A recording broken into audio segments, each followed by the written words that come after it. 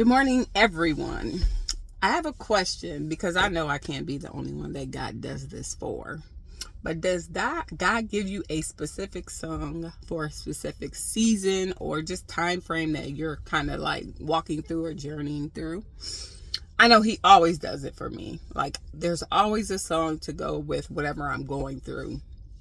And so for me, my song for this season is On Time God, because there's so many times I was believing that he wasn't listening, he wasn't really hearing me. And so when this song came, and I'm sure you're all familiar with it because based on the views, it's over millions that have listened to this song. But it's by Marriott City. But that song just speaks to me. Every time I hear it, I can go straight into worship because it literally is ministering to my soul, and it's reminding me that I serve a God that does the impossible. And not only does it, but loves to do the impossible. He loves to perform what we believe are miracles, even though they're everyday things that He's doing. But we count them as miracles. Nonetheless, He does them. But it's with a heart of joyfulness when He does it. And so I have just, like, God has just been showing me so, He has just been pouring so much love on me and in me. And because of that, I am so joyful. I feel so joyful within because of it. Regardless to whatever is going on around me. And what I believe it's a lot, but God, like, it ain't nothing, and I got you. But that song just speaks to my heart. And there's a segment in there that they're kind of like chanting almost. It's like, keep watching, keep praying, keep hoping. I might have mixed it up. I think it's keep watching, keep waiting, keep hoping, keep praying. And then it says, because you're not finished with me yet.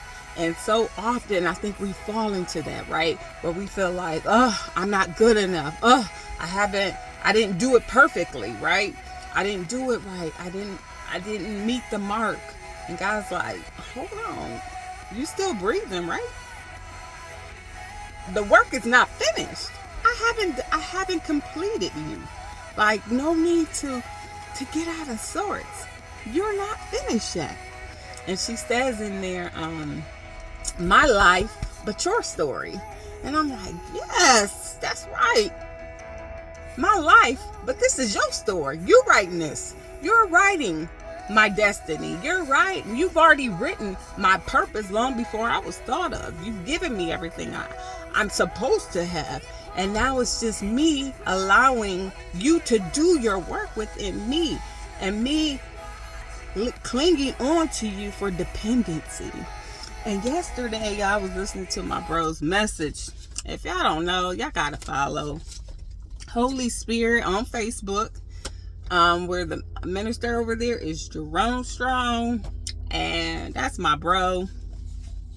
But he said something so awesome. They're in a series of identity, and his message was on chain breakers, which just aligns perfectly with the things that God has been walking me through, faith and fear and strongholds. And so he spoke on strongholds, and let me tell y'all, I was in tears watching this message, because I'm like, my brother is literally just telling my life story and just the mercies within it and how we can be free from it. It was just so relieving to me. But he said something so profound, and I had to write it down, and I have to share just for y'all who weren't listening and won't tune in.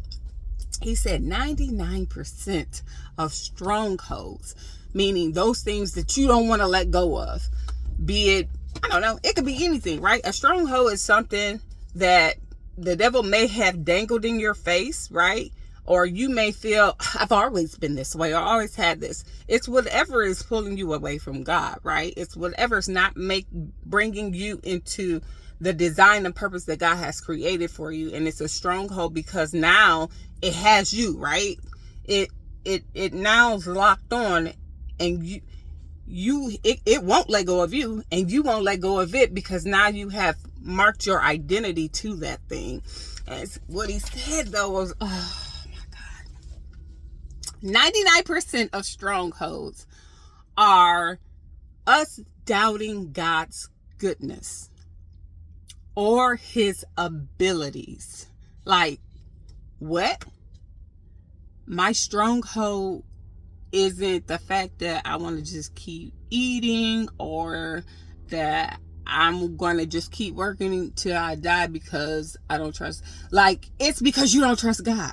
It's because you don't believe that his goodness will carry you. And so you feel like you have to hold on to this thing that's identifying you.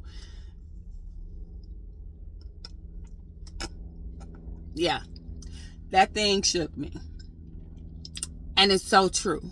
It literally is. And this morning I was on a prayer call, y'all. And this woman said, she talked about dependency on God. I have my little notebook, so that's why I keep looking down. But anything that sticks, I'm writing it down. But she talked about how we lack. She was using the story of Moses and how Moses talked about his mouth, and he doesn't speak well. He had all these excuses for why he could not fulfill what God was sending him out to do. And God told him to hold on. He's like, I just go. I'll teach you how to do this thing. And so she said, too often we keep looking at self, and we lose sight of the fact that God is God, right? She said, much of what we believe disqualifies us before we got the call from God. And that's the reason why we're so against when we hear God say go, because we've already had things that have been tossed in our way. And so we've disqualified ourselves before we even got the call from God to go. And so what she said was, we have to put our confidence back in God. We have to be dependent on him. And I don't want to mess her words up, so let me read exactly what she said. She said, what we believe makes us equipped for the call. We believe we need mastery, right? So that's the thing we believe we need, is mastery in order to be equipped for the call that God has for us. But what God believes makes us equipped is his dependency. If only we can depend on God, then we're qualified. Then we will make it, because it's all on him and not on us. But when we place it on our qualifications and how much we know about that thing, we'll never be able to do the thing. God called you to it, which means he's going to take you through it. And so that's where our dependency should lie on the one who called us to it. But man, when I tell you, an on-time God, because that's exactly what I needed to hear and be reminded of, to keep pushing forward, to keep pursuing God with all I know, to keep depending and relying solely on him, because he knows what's best and I don't, and there's nobody else around me.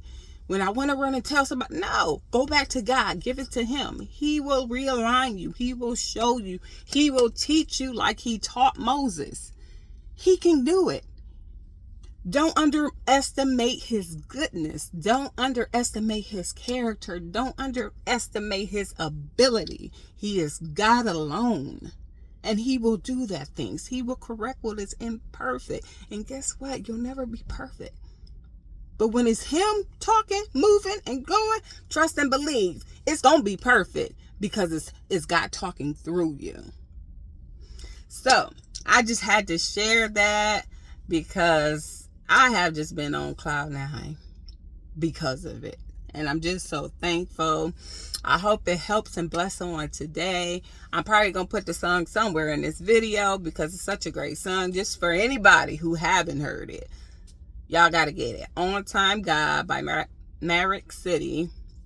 But yeah, that's my testimony. Have a great day. Bye.